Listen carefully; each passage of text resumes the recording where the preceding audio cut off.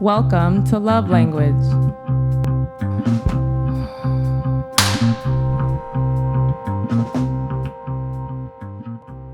In this episode, we will be covering the ability creatives have to inspire others through feelings, being able to have a vision for oneself and creating that vision, the anxieties behind creating, the beauty of putting yourself out there, and creating from one's soul. All right, welcome back to Love Language, you guys. I am your host, Soul Bloom. That's at SOLBLOM_. And today I have the lovely Brittany with me today. And your Instagram handle is? It's Halfrican Barbie, HALFRICAN Barbie, BARBIE. Awesome. Yes. So me and Brittany here, we met. It was kind of cool how me and her met because before her coming today, we met through a mutual kind of like a friend now, I would say, of both of ours, and also another creative. She goes by Chastity. Chastity London. Yeah. And she's amazing. Her music is so dope. Very dope, East Coast vibes, all kinds of vibes I get from her. She's an amazing artist and very well respected. We both love her to death. And she is the reason why Brittany is here because, yeah, like if it wasn't for her, I'm like, bringing me a woman, you know what I'm saying? I asked not too long ago on my Instagram, I need more women to come and talk to me and be a part of the podcast. And she looked out, and this is the connection right here. So, yes, I saw Chastity had reposted it, so I just kind of jumped on it. It's been a really weird time during the pandemic, and haven't been out of the house much. So I thought it would be a great opportunity to connect since those opportunities are so few, and I just felt the calling from the post. Like, yes. Definitely. I'm in. I love it. See, now you're here and I get to talk to you and you're a wonderful person. Tell them a little bit about, or whatever you want to tell them about what you do. I think it's so cool what you do. Well, thank you. I am a singer-songwriter. I kind of self-learned how to produce. I took some classes, when I was in college, but I never fully finished the program. So a lot of the learning I did was on my own. I just wanted to take my own creativity into my hands. So in addition to singing, I learned other tools that kind of helped me be able to maximize on my gifts. And so I learned instruments. I could play like ukulele, guitar, piano. I produce. I'm now learning how to master my own music. So I've got a couple songs out, have more on the way. And, just working with other people. I just like to work with other artists, designers, other musicians, just to create whatever it is we possibly can. So that's just what I want to do. That's so cool. Yeah. And that's it, and it brings us into our creative mode, right? So me creatively, I've done a lot of different things like modeling. I've been shot on different projects for fashion designers, along with music videos with artists that are from Canada, and different people who are cameramen from Russia. So I've done a lot of super cool. that type of stuff too, and it's exciting because I like to create anything that's beautiful aesthetically. I'm a Sagittarius, part Scorpio, so I have to surround myself with beauty in order for me to feel like this is great. It's beautiful, even if it's not much, even if it's not expensive. It still has to be beautiful for me aesthetically wise. It doesn't have to be expensive to be beautiful. Yeah, exactly. Like I could go to the thrift store and find a t-shirt and I'm like, that is a dope t-shirt. Like I'm gonna get that for $2. Yes, and I'm gonna put it on me and I'm gonna aesthetically make it beautiful. Yes. So it's stuff like that I enjoy doing, and I've always enjoyed doing that type of stuff creatively when I was younger. As a kid, I was telling you a little bit about it behind the scenes. When I grew up, my dad used to play music, and my father was super into that. The music part, the lyrics, just getting super hyped and amped off of it. And we used to just dance, me and my sister dance and stuff. So it brings into our topic, right? Who would you prefer to be? So the creator or the one who watches the creators create. So it's going to go right into this, yes. Which I'm excited to, because I didn't know back then, dancing around to my dad's music, being creative, that this would be the verdict of that, you know. So I think it's really cool because I learned a lot then. I didn't know what it meant then. I didn't know how to put it together. You know, I was just like, oh, I'm just doing these things, like, but they interest me. So, and then, you know, you get older and you're just like, people start to say, hey, you know, put whatever interest or hobbies you do into like your daily routine, and that can become like your career or your life for the rest of your life because you're happy already doing it. So why not do it, you know, and get like rewarded for it? And the rewards for me are just endless. For me, it's not about money. It's like, I get to connect with cool people like you, you know? I get to like, you know, and that for me is like what I've always enjoyed doing as someone who wasn't even a creator back then. I just like to connect with people and make people. You were a creator back then. You just didn't know it. Right. Like, I didn't know this. Didn't know it. You know? So like, I kind of feel like me tapping into all the things that I used to do as a child, and sifting through those pieces and putting them together finally when I was older, and be like, hey, these things I'd like to do, so I want to do these things more often in my adulthood life and see where it takes me. That for me was me not even being, to me, a creator back then, but then all of a sudden I tapped into that. Would I prefer to be a creator? Definitely, because I feel like I'm bold enough to, and I have what it takes to put my neck out on the line. You have the willpower to create. Yeah, you know, like, so that's what I feel about being a creator. You have to have a lot of willpower. You have to just go and do it. And absolutely, if by all means, if you have someone who wants to show you things along the way, listen to those signs. You know, listen to those people. Listen to those omens of you are in the right place at the right time. When something happens or an opportunity comes your way, don't, you know, brush it away. Look at that as an opportunity for you to continue to grow into your purpose in your life journey. You might be a creator and not even know it. And you know, a lot of people get to that point and they allow fear to kind of take the driver's seat. So, you know, like we said earlier, you know, fear kind of controls what a lot of people do and what they don't do. Definitely. And, you know, I think that a lot of folks, you know, they do allow fear to take the driver's seat, and then, you know, years later, they're just like, man, I wish I would have done, you know, that thing or whatever, you know, like they allowed that fear to kind of dictate, you know, but it's still, even when you get to that moment, it's still never too late to like start that again, you know? Exactly. It's never too late to get more creative, and, you know, and like we said earlier, it's everyone can be creative, but not everyone has the willpower to be a creator. But that also goes down to what you define as a creator. Like, what are you going to get out of it? What's the purpose of your creating? Exactly. You know, is it for clout? Is it to spread a message? Is it for attention? Do you want to actually make a difference? You know, what are you using your creations for? You know? Exactly.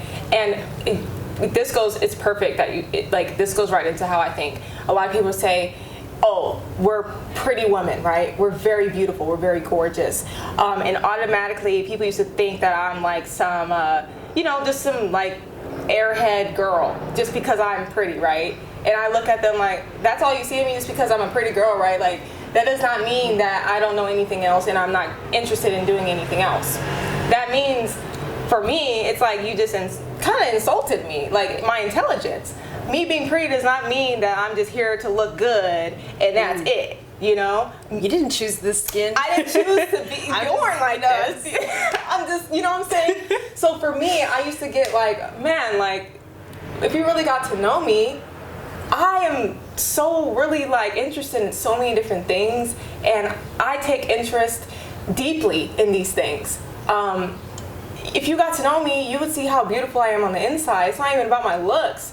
Like, you're only looking on what's surface, outside. The book opens. Right, there's layers, you know? And so I used to get tired of people looking at me like that. So it's like, for me, that was another hidden indicator or motive for me, like, to just show people like who I really am about.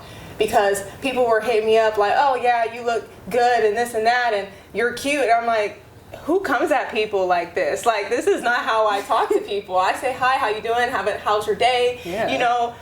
So I want to show people like I am more than just a pretty face, and that's another factor of why I create. I create because I enjoy getting off a lot of emotion. I'm a very emotional person.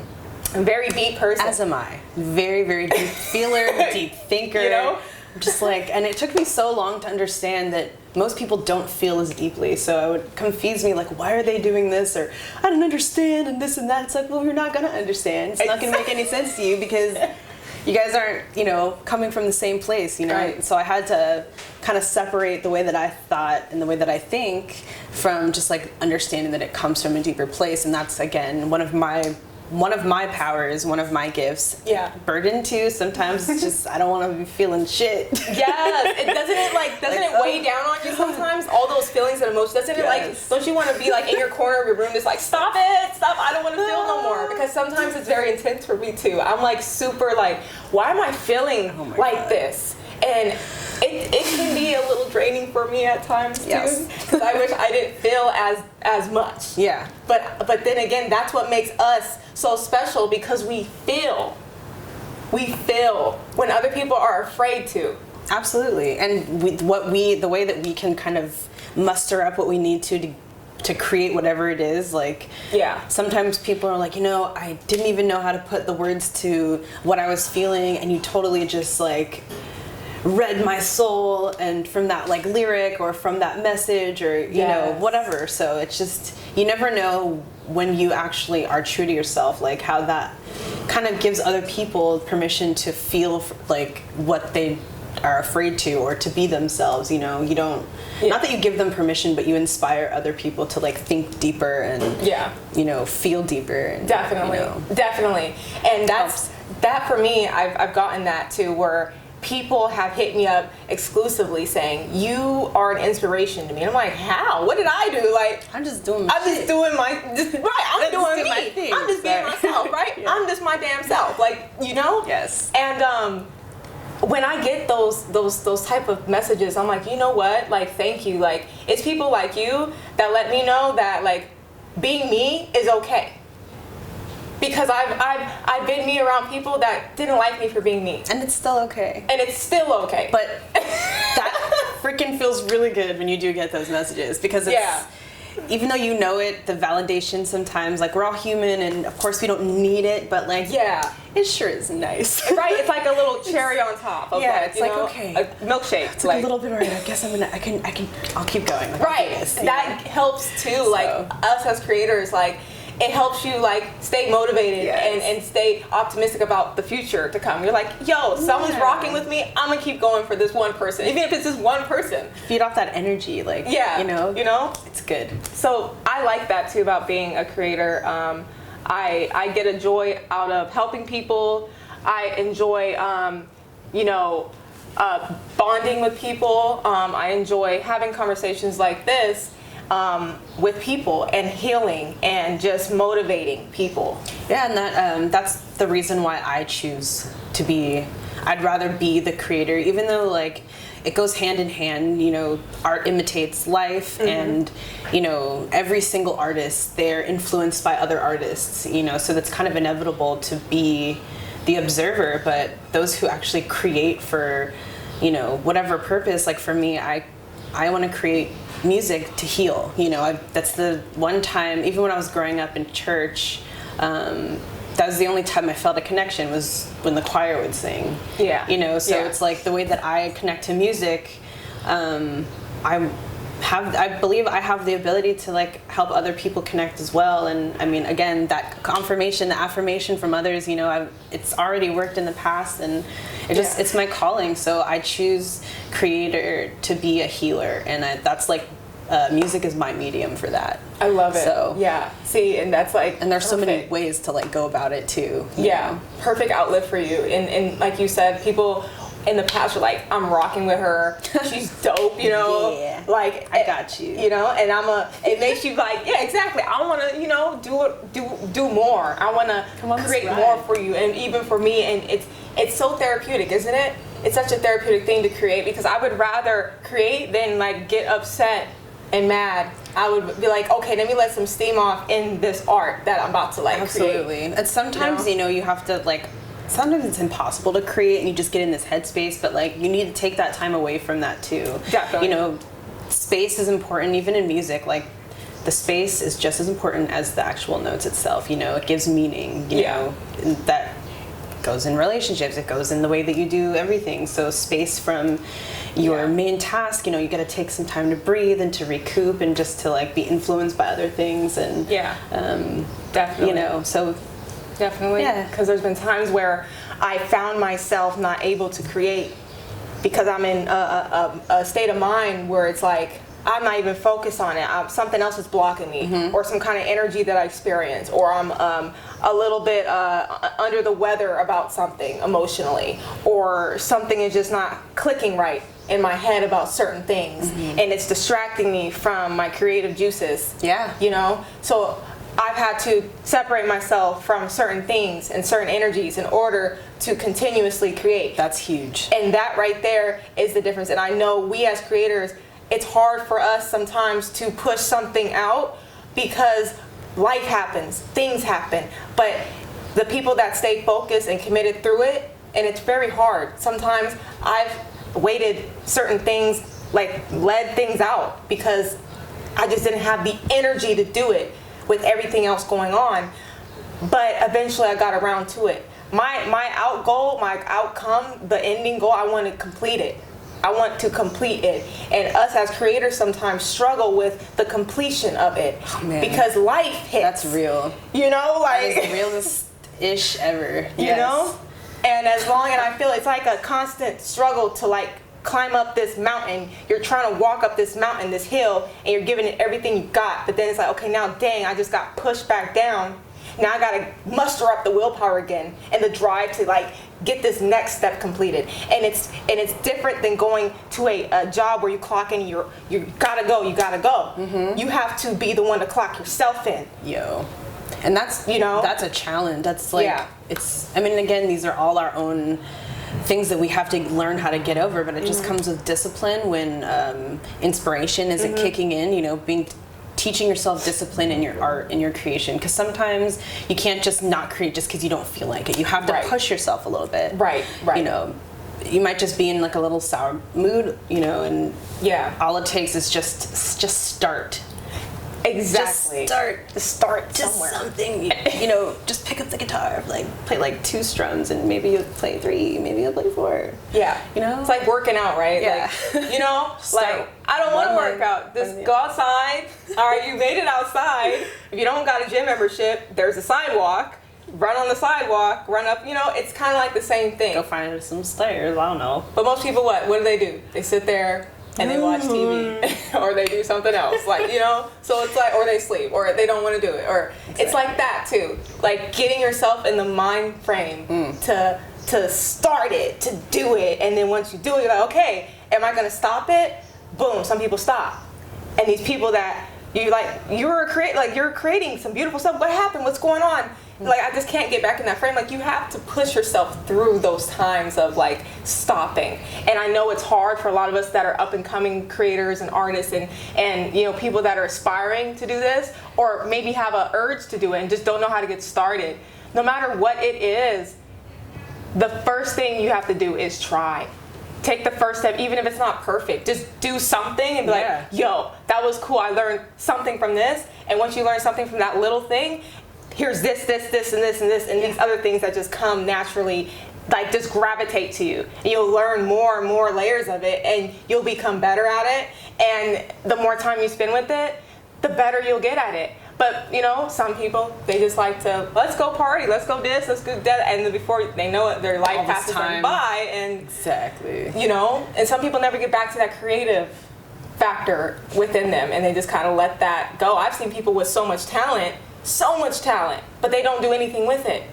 Oh, there's tons of people, but again, I mean, it's a lot of it. Some of it's not even fear; it's just laziness or just no motivation or, you know, whatever. There's so many reasons why, but really, like you said, clout. You know, some people just want to be like, oh, well, I do this, but it's like half-assed done, and you're like, oh, you really do this? I'm coming to you because you said you're like a designer, and I need this design. And they're like, oh, but they're around the right people, so it looks like they are about their shit, but they're really not about their shit. And it's one of those things where it's like, if you want to create, cool, create. But like, if you want people to take you seriously, you have to take yourself seriously first. You have to know yourself and what you like to do and your wants and needs. And then people will start to gravitate and be like, you know what? Cool. Like, that person is a creator who takes herself seriously and they're actually out here doing what they need to do. Yeah. By all means. I mean, that shit kind of like, yeah.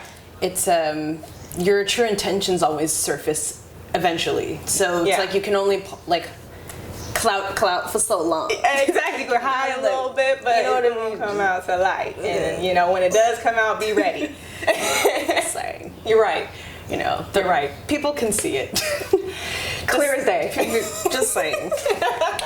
Right. And you have stuff coming out, which is pretty cool, because you were telling me a little bit about behind the scenes that you do music and you create and your solace in your place. How does that feel for you as a creator? Like, how do you feel when you are in your own bubble creating?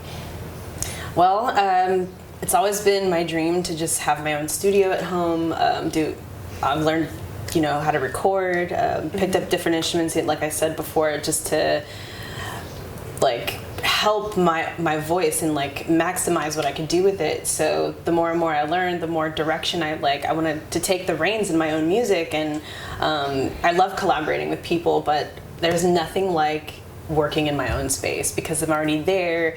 I don't have to get ready. I don't have to worry about all this other stuff. Like, I can just like wake up and do the thing. I wake up in the middle of the night and go to my desk, and you know, I MacGyvered my studio. I used my old futon. I took the legs off and I put it up against the wall. So now that's like my recording booth. That's so cool. It's black, and I have just like all of this equipment I was able to upgrade, and I love that. It's the best. And now I just kind of get to work from home. I want to learn more stuff to help other people with their music and kind of be like a female presence in such a male-dominated world of production music, and help, you know, people actually get some work done, you know. Not saying that, you know, my male counterparts haven't, but, you know, some people are just a little, anyway. You know. Yeah. So, and to be a female producer, you know, to be someone who is taking the reins, you know, in front of you and driving it. Yes. That to me is such like a dope thing to be and to do and to feel as a woman. Because people look at us like, oh, you know, we can't do something. We can. We all can, men or female. But it's something, I feel like, something so special about when a woman takes control of her own. And for me, like, just hearing that, it's an inspiration, because thank you. Sitting from one producer to another and us both being beautiful women, like, that makes me happy to know that we exist. There's people like us that exist out there, you know? Yes. I love that. And what a creative way to create your studio, your booth, you know? That's so cool. I mean, honestly, it was in the middle of the beginning of the pandemic, and I had no help to like get this thing out into the garbage, and my mom had ordered me a new couch, and so I was like, what the hell am I gonna do with this? So I flipped it up, took off the legs, and I was just like, so perfect. Studio, sound booth. Doing what creators do right here, you know? MacGyvering the heck out of my junk. All right, so like, for me, being someone who used to sit back and watch the creators create was pretty much an inspiration to me, because to be in that situation where I used to work in corporate and the entertainment industry, and we would sit behind the scenes on a lot of things and go over a lot of documents and just a lot of different like movie scripts, different things like that. And like, we were in control of taking care of the stars' profiles on IMDb, so we had to make sure that their acting credits were up to par, and if they reached out to us that they needed an update on, we would update it, and things like that on their profile. So it was like the MySpace or the Facebook of all the stars, and all of their credits and everything they've ever done, and a little bit of background information was on there for them as well. So I used to sit back a lot and just watch everything and kind of like explore, you know, this is what they do. This is how they go on stage. This is what they do behind stage. I had an experience with the BET Awards, and I was behind stage watching like Method Man get ready.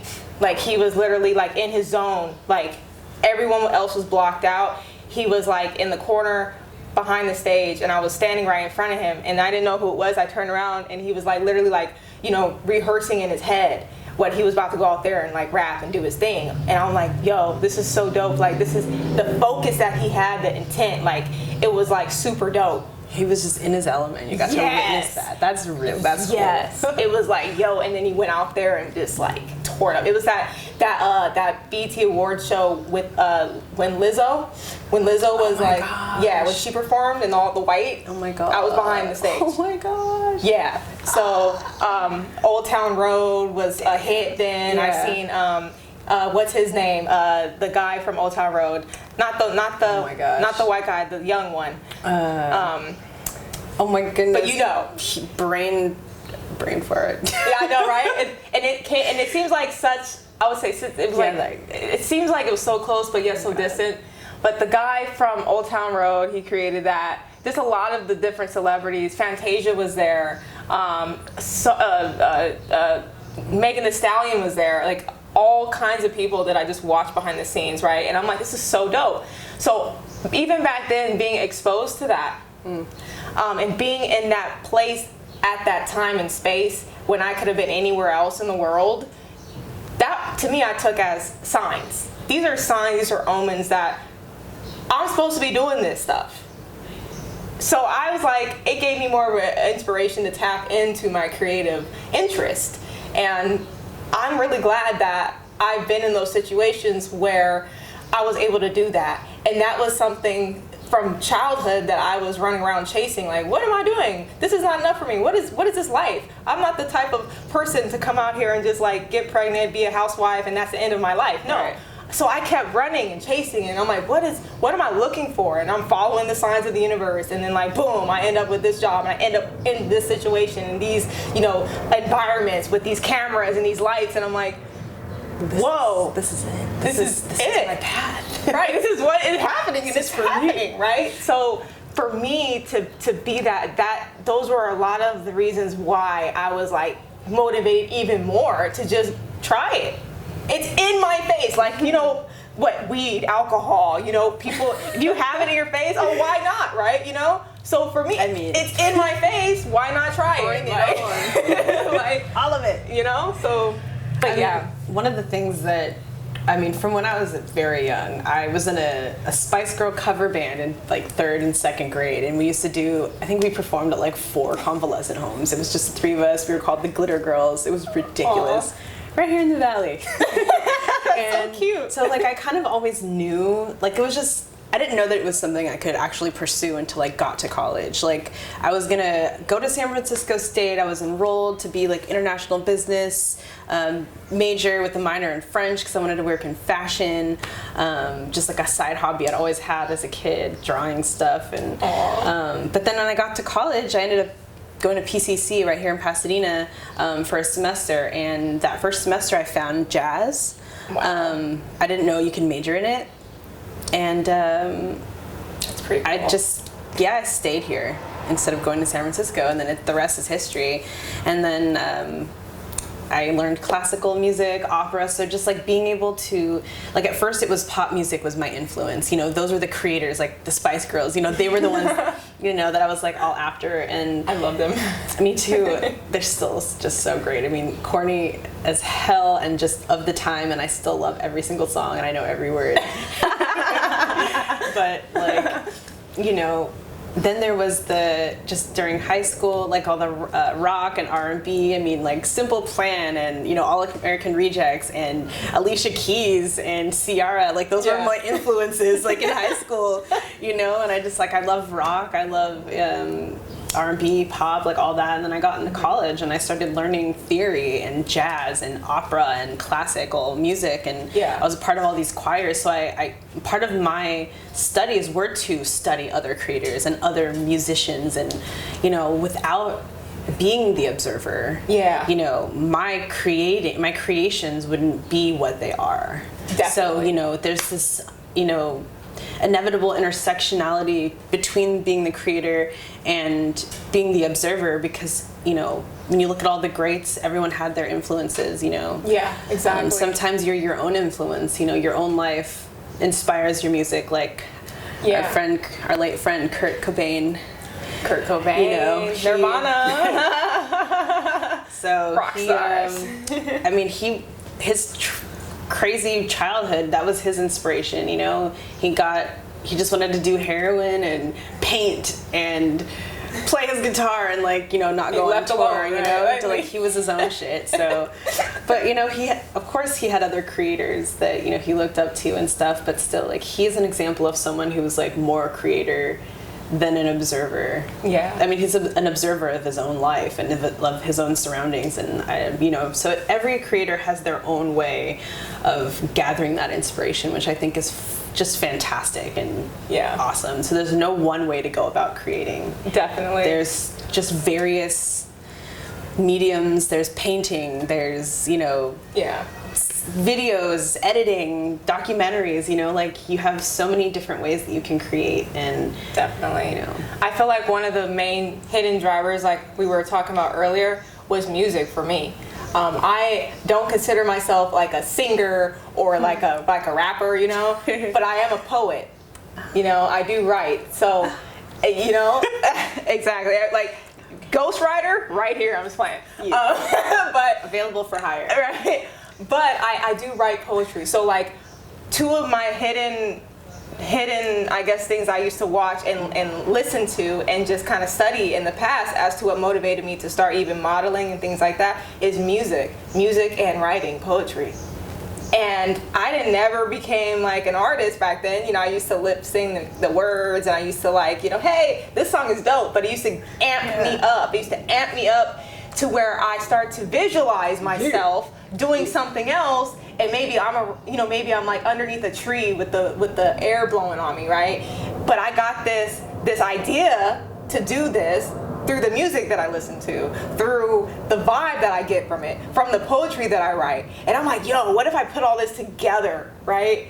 And create like a beautiful picture or an image, and then I could start writing to my picture. So that for me inspired me, like music, watching other people like Tina Marie, Prince. Oh my God. All those types of deep, like, dope artists inspired me to start like visualize, yo, I see me doing this, and this. Like, that's a dope vibe. Like, I want to be like, I used to go to concerts, right?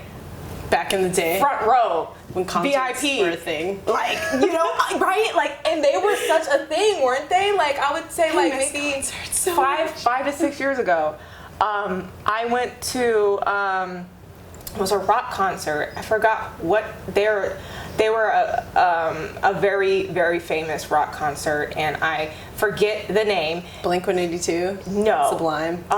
It was old school. I have footage of it on my Instagram before I rebranded my Instagram. But me and my homeboy Kalusha went. Shout out to Kalusha if you're watching. Kalusha, super diehard mosh pit guy. Like, I've done that back in my day. Yeah, you know, and we went to the concert, and I was like right in the front of the mosh pit, and there was girls in front getting like crammed to the front because the mosh pit was going, and they were like losing their breath. Yeah. So the security was like pulling the girls out from the front, and they're like, yeah, I gotta go. And they're like getting like, you know, carried away all like, yeah. And I'm in the front like sweating, like just enjoying the experience, right, of the stage, not giving a damn what's going on in the mosh pit behind me. And my friend Kalusha, he's in the mosh pit, and he's like, you good? I'm like, yeah, I'm okay, I'm fine. Like, keep doing your thing. And I'm like looking at them on stage. But it's moments like that kind of like, I see myself, what if I had these pretty lights around me and like making some type of like image with like the music behind it that I like? Like, what if, you know, I could do like a visual video of myself, you know, doing certain things. So I used to think of kind of like how the models are in the videos now when they walk and like they do like their little thing and someone's recording them. Just like random simple stuff. Yeah, and but you put music behind it like it's a music video, and the ambiance of it, kind of like Lana Del Rey. a lot of Lana Del Rey's videos are super like movie style. Like you can feel it. It's deep. She actually edits a lot of her own stuff. Really? Like, especially in the beginning. I'm not exactly sure how she does it now, but she used to take clips and stuff and like just put them all together. Yeah. And put her like ethereal, like emo goddess like sound on top of it. That's what I like. That whole flying emo like I feel like I'm flying when I'm looking at her videos. You know, I want to feel something when I'm looking at it. I'm like, whoa, this is so beautiful. All right, y'all. So this concludes love language, matters of the heart. Just if you are someone who is wanting to be a creative, or you think you have what it takes to be a creative, or you feel like you are a creative and you just don't know where to get started, just try. I think the first thing to do and the step to take is to try. Take that first step.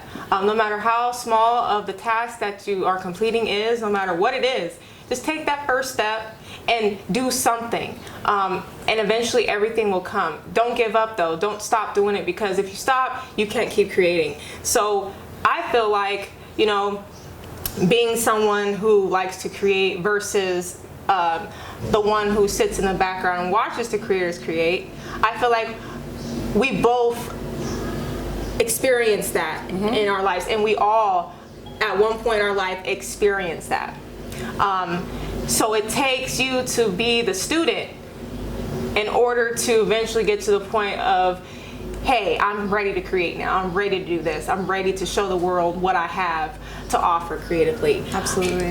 So it's a combination of the two, I feel like, for me. I once was someone who watched the creators create, but now I'm creating, you know? And I was inspired by the people that I watched create do that. So I feel like we all have a little bit of the two in all of us. 100%. I mean, same for me. I'm still an observer. I still watch creators all the time. I love watching people do what they do, and in turn, it's given me a lot of power sometimes. Just be like, you know what, you have this in you, just get to work. Doesn't even matter, just start on something. Open up an old, you know, unfinished session, or, you know, pick up a pen and just doodle some palm trees. Like, just do something. Yeah, just do something. Something. You know, and everyone has the ability to create, but being a creator, there's sometimes pressure on that. So, you know, don't worry about being a creator in that sense, but you still have the ability to create. Again, create life, create a life, create hobbies, you know, nurture little parts of yourself that you don't share with other people, you know. Yep, definitely. There's so many different ways to engage, so. If you have a vision for yourself, you know, create that. If you see yourself living in a certain environment, create that. Yeah. If you see yourself living in a certain lifestyle, create that. Do something different. Do something outside of your norm. Right. Things aren't working for you, well, why don't you switch up the formula? Exactly. You know? It's all about switching the formula, because I'll tell you, there's been times where I'm like, I don't want to do that shit, and I'm like, oh my God, I can't think that way. I have to switch the way I think. Flip the switch. I flipped the switch completely, and now I'm like, okay, I want to do that shit, because me doing that shit is gonna get the results that I want and I see in my life that I want to create for myself. Yes. So it works hand in hand, you know? But I'm really glad that we had this discussion, and I'm so glad that you wanted to participate and come and talk to me and be a part of this podcast. Thank you for having me. And it's been amazing. Token as my good faith, I am giving you a sample of my incense brand. So this is Love Language Incense brand, you guys. You guys can get this on my website. 2 little samples right here of Lover. That's the flavor of this one, and I love how she's modeling it. You're the first one who's did that. Like this right here is it. Like, I have so many different other flavors and scents. I call them flavors. They're scents, you guys. Oh my gosh. It smells awesome. This is really good. Thank you. They're therapeutic organic oils. I hand make them. The ones that are on my website are not in a baggie. These are just samples, but they're red and they're beautiful and they're all boxed up, and I sell them 12 a pack for $5 on my website. It's a steal. Oh my God. Support. You cannot go wrong with them. You'll love them. And this is why I do that. I do. My dad used to burn incense when I was younger. It's a very therapeutic, calm type situation, you know, that I remember as a child growing up with him. And I loved it. Just coming in and smelling incense and that whole aroma. And especially with this being love language, I think it has a lot to do with how my life is now. Very calm and soothing, and I like to do stuff like that. Burn candles and incense. Me too. So if it helps you guys, you know, I would love to create more of these for you guys. They are available to you on my website. And, you know, I appreciate this a lot. Welcome. Thank you. I'm an incense burner. Oh.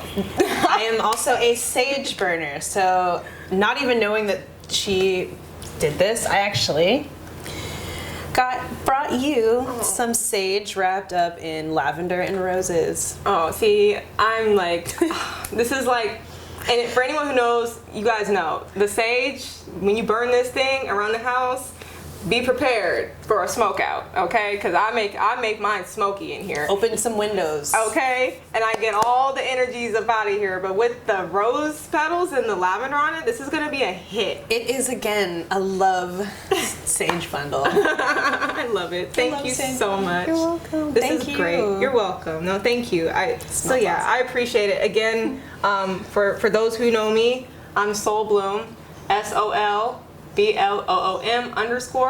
and this is Brittany. Yes, Brittany Sherrill is my stage name, my first and middle name, and you can find me at Halfrican Barbie, HALFRICAN BARBIE. All right, and thank you guys for watching and tuning in. I hope you guys enjoyed this, this episode of Love Language. And yeah, looking forward to you guys tuning in for the next episode. So.